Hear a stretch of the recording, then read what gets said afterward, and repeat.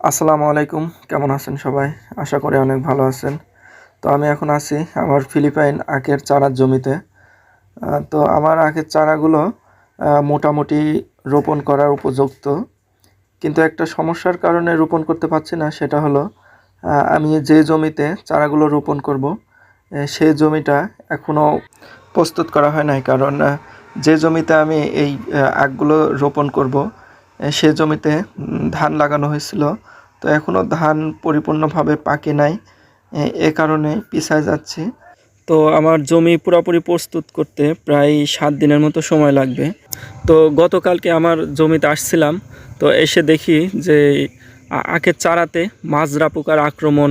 তো মাজরা পোকা দমন করার জন্য আমি স্প্রে করছি, যেন মাজরা পোকাগুলো আমার আখগুলো নষ্ট করে না দেয়।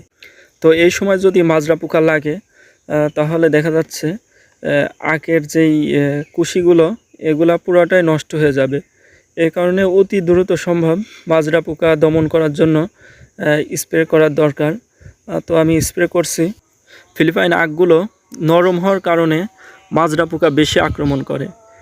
এ কারণে আমরা প্রত্যেক 10 দিন পর পর মাজরা পোকার যে স্প্রে পাওয়া যায় সেটা স্প্রে করব। তো আজকের মতো এতটুকুই। সবাই ভালো থাকবেন, সুস্থ থাকবেন। আসসালামু আলাইকুম।